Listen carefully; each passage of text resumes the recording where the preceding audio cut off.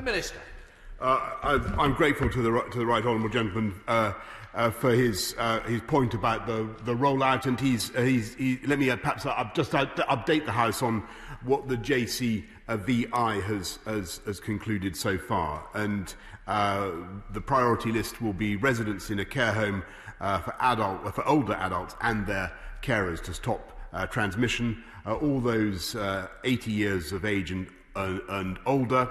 Frontline healthcare and social care workers, then all those of 75 years of age and over, then all those of 70 years of age and over, the clinically extremely vulnerable individuals, and then a list that I'm sure the House will want to study closely, but I believe does represent common sense. I think it is very important at this stage for us all to recognise that this is unquestionably good news. It's very, very good news. But it is by no means the end of the story. It is not the end of our national struggle against coronavirus. And that is why it's very important that the package of moderate but tough measures that the House voted for last night, the tiering system, is followed across the country, because that's how we will continue to beat the virus.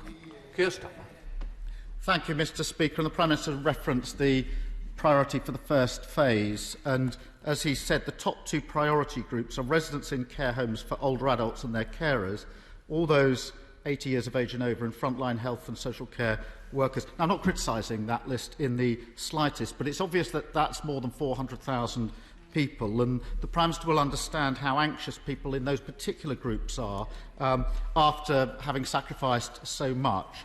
So can the Prime Minister tell us the answer to the question that they're going to be asking this morning, which is, when does he expect that all people in those two top groups can expect to be vaccinated? Prime Minister. Mr. Speaker, I think at this stage it is very, very important that people do not get their hopes up too soon about the speed with which we will be able to roll out this vaccine. It is beginning, as my right honourable friend, the Health Secretary, has said, from next week. We are expecting several million doses of the Pfizer BioNTech vaccine before the end of the year.